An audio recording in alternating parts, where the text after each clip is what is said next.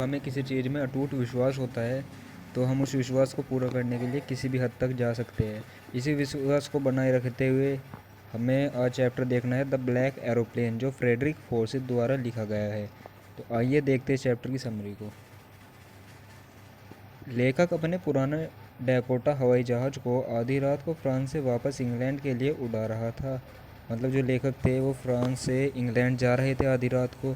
उनके पीछे पूर्व की दिशा में चांद भी उग रहा था, आकाश में तारे चमक रहे थे। वह खुश थे, वह बहुत ज़्यादा खुश थे कि वह अपने घर जा रहे हैं।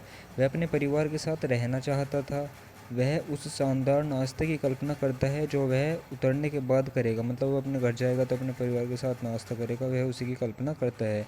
जैसे ही वह पेरिस को पास करता है, उसे काले बादलों का आभास होता है जो आगामी तूफान का संकेत था। मतलब जैसे ही उसने पेरिस को पास किया तो उसे बहुत सारे काले बादल दिखने लग गए जो तूफान का संकेत दे रहे थे। सही निर्णय सुरक्षा की खातिर पेरिस की ओर मुड़ना होता।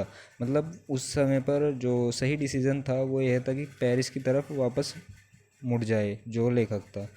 मगर वह अपने सपनों में खोया हुआ था और उन्हें पूरा करने में देरी नहीं करना चाहता था। इसलिए अपनी यात्रियों का जीवन जोखिम में डालते हुए वह तूफान की ओर बढ़ गया। चारों ओर अंधेरा है, वह देखने में असमर्थ है। उसकी सभी दिशा उपकरण ने काम करना बंद कर दिया और उसके विमान ने नियंत्रण खो दिया। मतलब वहाँ पर जो उसमें जो रडार होते हैं एरोप्लेन में और जो जितने भी कंपास वगैरह होते हैं वे सब फेल हो गए थे। उसे कुछ नहीं दिखाई दे रहा था लेखक को, क्योंकि बादल बहुत ज़्यादा घने थे और उसने जो यात्री थे एरोप्लेन में उनकी भी जान जोखिम में डाल दी थी। जब सभी आशा खो गई तो उसने एक और विमान देखा जिसका पायलट उन्हें बचाने के लिए तैयार था। लेखक घबरा रहा था क्योंकि बहुत कम मात्रा में ईंधन बचा था। अनाम पायलट ने उन्हें तूफान से बाहर निकाल दिया और जैसे ही प्रकाश दिखा वह गायब हो गया।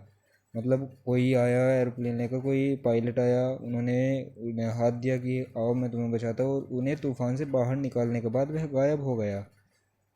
उतरने पर जब वह नियंत्रण कक्ष में महिला से दूसरे पायलट के बारे में पूछता है तो वह सदमे में रह जाता है जब वह कहती है कि उसका आकाश में एकमात्र विमान था। मतलब जब वो रडार में देखती है महिला और वो उन्हें बताती है कि आपका एरोप्लेन उस समय पर बस अकेला ही उड़ रहा था और वहाँ पर कोई एरोप्लेन नहीं था। तो जो लेखक है, जो फ्रेडरिक फोर्सिथ है, जो पायलट है, वो सोच में पड़ जाते हैं। वह हैरान रह जाते हैं कि ऐसा कैसे हो सकता है।